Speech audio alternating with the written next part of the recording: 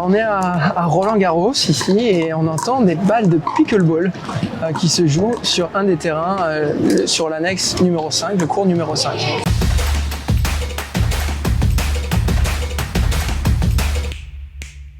Oui, c'est un sport assez nouveau ici, mais très populaire aux États-Unis.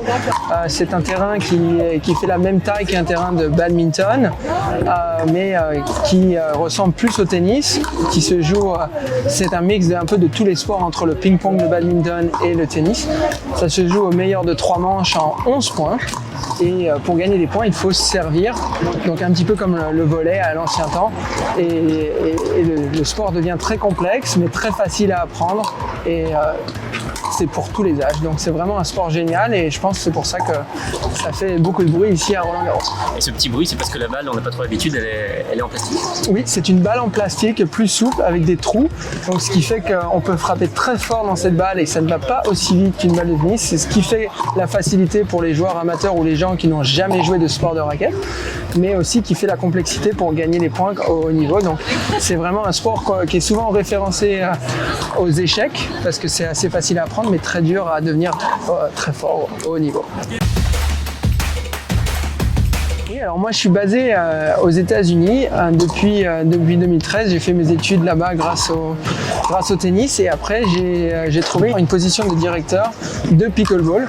À la base, je cherchais pour le tennis et j'ai trouvé pour le pickleball et découvert ce sport, tombé amoureux et puis j'ai arrêté le job et le travail que je faisais et je me suis mis à plein temps sur le circuit maintenant depuis 2020.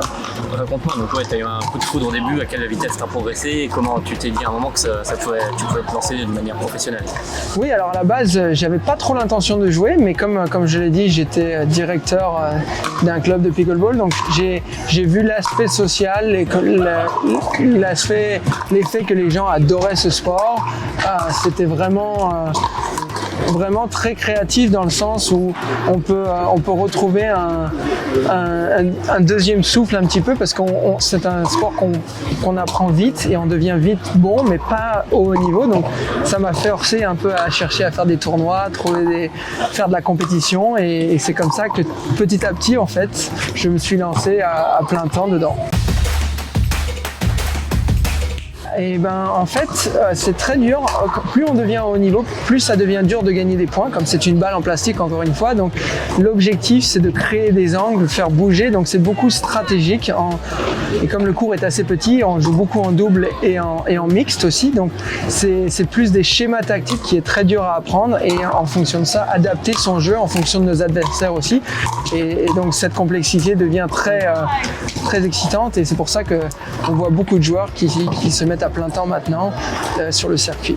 C'est pour ça que parfois il y a des longues phases de jeu au filet où on s'observe jusqu'à trouver l'ouverture, c'est ça? Exactement. Plus on commence sur le circuit amateur, plus on voit les points sont rapides, plus on arrive au haut niveau et plus on voit les points durer longtemps et les joueurs qui s'observent beaucoup plus en étant plus patients pour trouver la bonne opportunité pour être agressif. Parce que si tu agresses sur la mauvaise, tu vas te faire c'est rédhibitoire derrière. Exactement. Tu te fais contrer et tu perds le point tout le temps après. Donc il faut vraiment être très sélectif dans ses choix et trouver les bonnes opportunités qui deviennent de plus en plus complexes au haut niveau.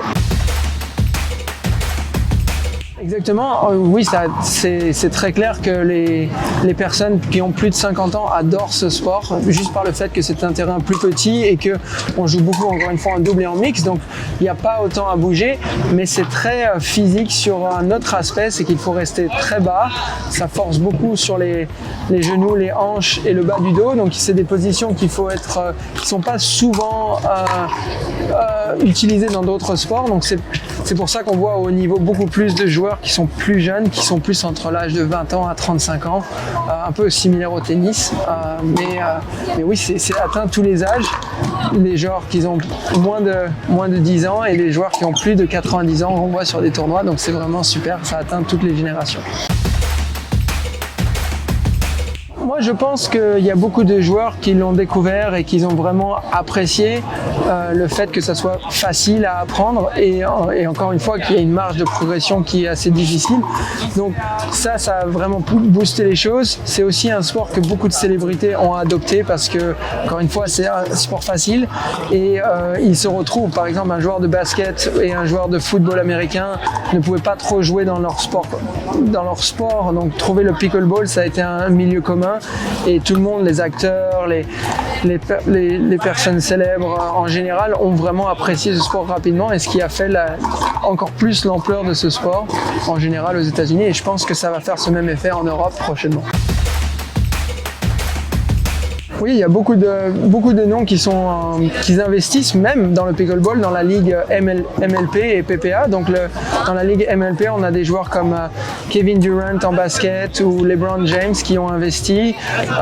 En tennis, on a des joueurs qui se sont reconvertis et qui jouent à plein temps comme Jack Sock, Sam Querrey, Donald Young pour les hommes. En femmes, il y a Eugénie Bouchard qui s'est mis un petit peu dedans aussi. Il y a aussi des investisseurs comme Naomi Osaka qui a investi dedans. Kyrgios, je crois aussi, donc Kim Clijsters, James Blake dans le tennis. Donc il y a de tous les sports. Dans le football américain, il y a aussi des joueurs qui ont investi dedans. Donc vraiment, ça touche tout le monde, même des personnes qui ont des influences sur le business comme Mark Cuban ou encore Tom Dundon, des gens qui sont très réputés. Et donc oui, ça a vraiment poussé le développement du pickleball. Pour être honnête, c'est très similaire au tennis. C'est un peu moi, comme je l'ai dit, ma base, c'est le tennis. On sait que pour arriver à vraiment bien gagner sa vie au tennis, il faut être dans les top 100 pour pouvoir jouer les grands chelems. C'est un petit peu le même aspect en pickleball. Il faut être dans les meilleurs pour pouvoir en vivre.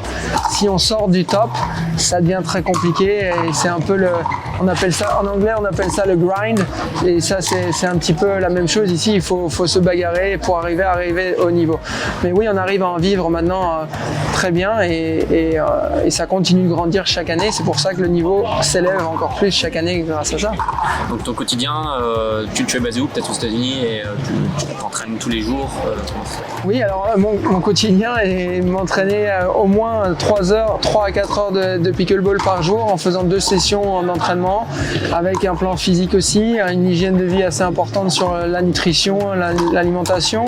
J'ai aussi une équipe qui est derrière moi avec un coach physique, coach mental et de pickle en même temps. Et aussi après j'ai un physio, donc c'est encore une fois très similaire au tennis.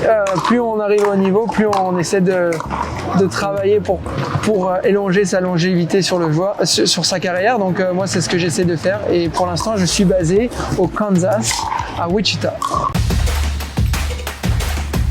Le fait que le sport soit plus ouvert à tout le monde maintenant donne une grande chance à un développement beaucoup plus rapide.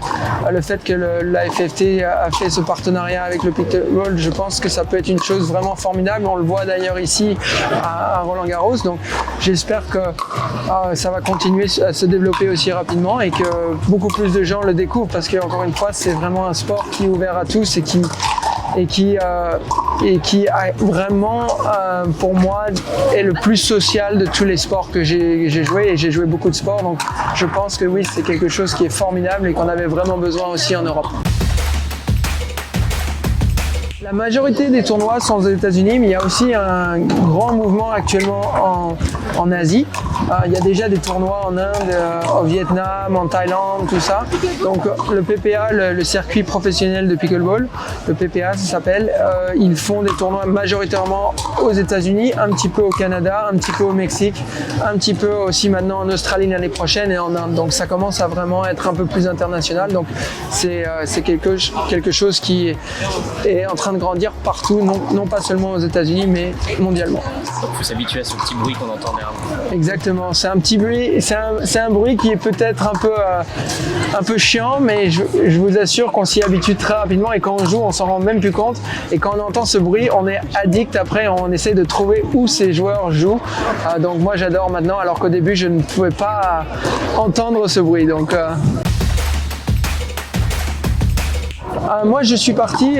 T'étais d'où en France à la base? Moi, je suis basé en région parisienne. Je suis né à Rosny-sous-Bois dans le 93. Et puis, j'ai fait mes études un peu partout. Je suis parti à l'âge de 14 ans en Espagne, à Barcelone. Et puis après, j'ai fait mes études universitaires en division 1 en tennis à Wichita. C'est pour ça que je suis encore au Kansas. Et donc, je suis parti à l'âge de 18 ans là-bas. Et maintenant, ça fait 11 ans que je suis aux États-Unis. Tu es monté à quel niveau au tennis? Au tennis, moi je suis parti en Espagne quand j'étais à 1,6 et je suis arrivé quand je suis parti en division 1, j'étais estimé j'étais l'équivalent de -4 grâce à mon classement espagnol qui m'a fait avoir une bourse universitaire à 100% grâce à ça en division 1. Tu joues quand même au tennis ou c'est trop contre-intuitif par rapport au pickleball, ça peut te dériver?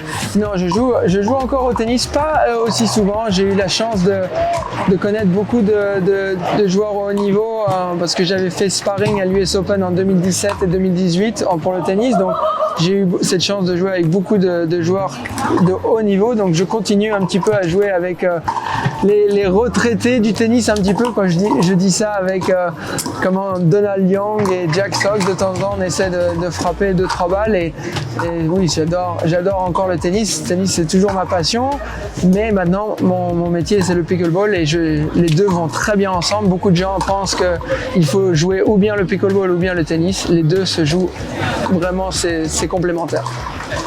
Merci beaucoup. Avec grand plaisir. À bientôt sur les cours et n'oublie pas de t'abonner pour plus de conseils sur le pickleball.